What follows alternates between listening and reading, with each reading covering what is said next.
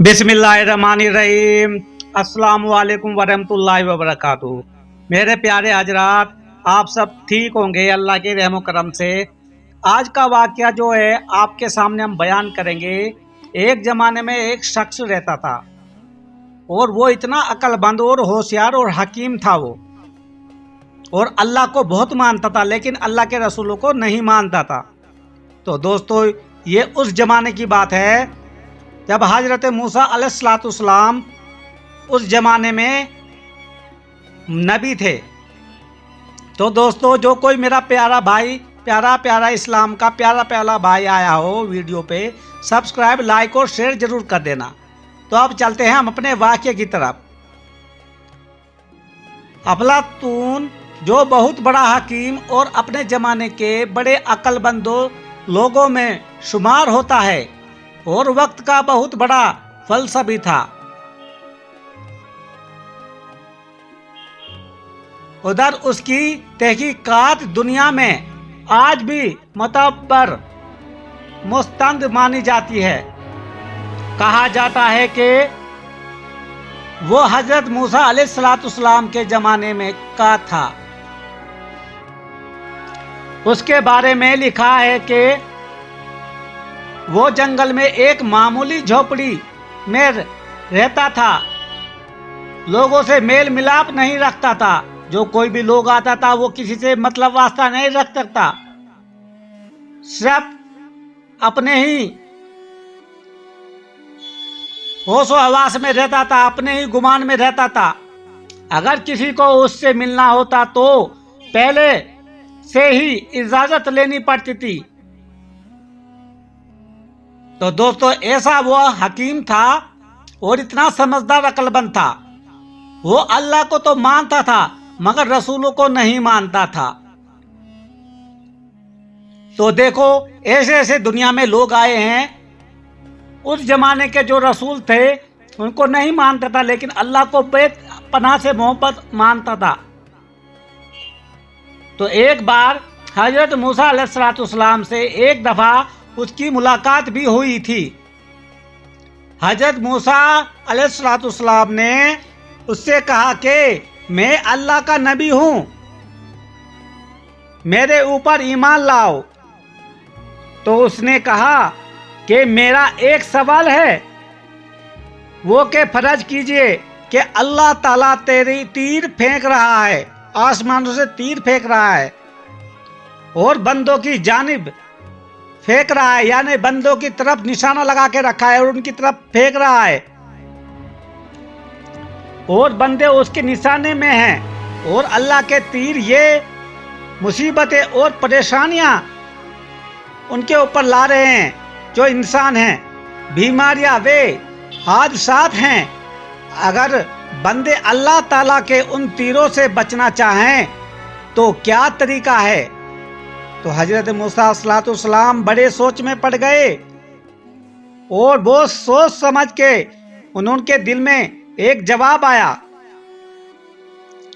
हजरत मूसा ने उससे उसके सवाल पर फिल बद या ये जवाब दिया कि तीर फेंकने वाले की बगल में बैठ जाओ, यानी कि जो तीर चला रहा है उसके पास बराबर में जाके बैठ जाओ। इसलिए कि तीर फेंकने वाला तो सामने तीर फेंकेगा ना, अपनी बगल में नहीं फेंक सकता। तो ये हजरत मूसा अलैहिस्सलाम ने उस हकीम को, जो अफलातून था, उसको जवाब दिया।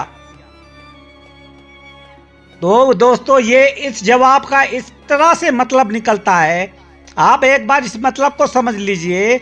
मतलब ये था कि अल्लाह के करीब हो जाओ, यानी कि उस अफलातून को जवाब दिया कि अल्लाह की करीब हो जाओ। जो अल्लाह के करीब हो जाएगा उसे तीर कैसे लगेगा?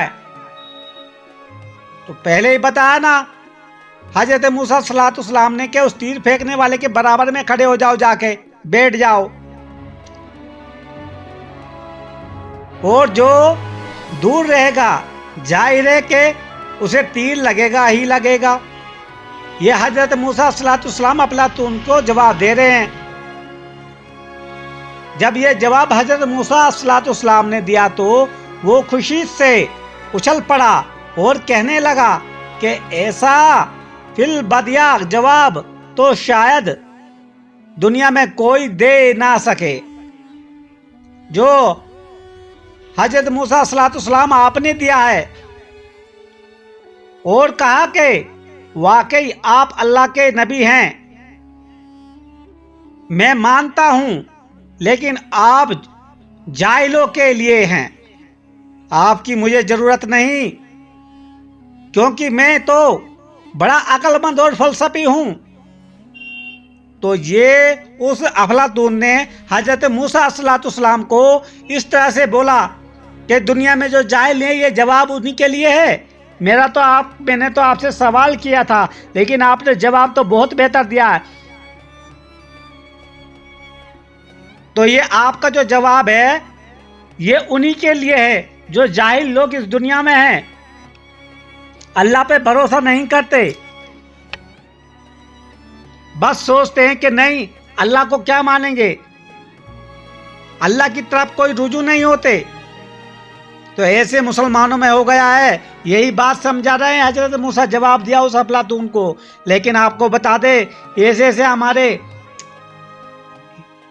دنیا میں وہ واقعات پیش آئے ہیں دوستو،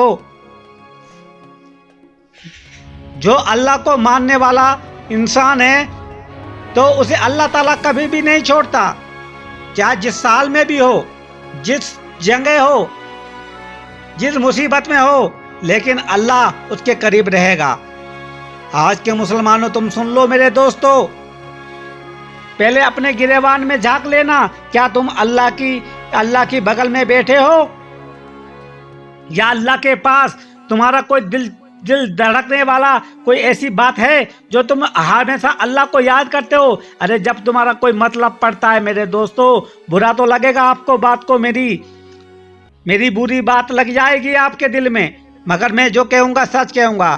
جب آپ کو ضرورت اللہ تعالیٰ کی ہوتی ہے جب بھی اسے تم یاد کرتے ہو، اور پھر اس پہ ہی اگر کچھ مصیبت آ جائے اسے سوچو کہ یہ اللہ کی طرف سے ہوا ہے۔ یہ خود تمہیں سمجھنا چاہیے، پہلے اپنے گریبان میں دیکھو، کیا تم اللہ کو برابر مان رہے ہو جو تمہارے پہ مصیبت وبا آ رہی ہے؟ تو دوستو میں یہی کہنا چاہتا ہوں سبھی اپنے محترم حضرات سے کہ اللہ کے قریب رہو، جس حال میں رہو اللہ کے قریب رہو، اللہ کو نہ چھوڑو، اور ہم سب کو اللہ تعالیٰ نیک اعمال کرنے کی توفیق عطا فرمائے اور اپنی محبت میں رکھے۔ آمین ثم آمین۔ خدا حافظ میرے دوستو۔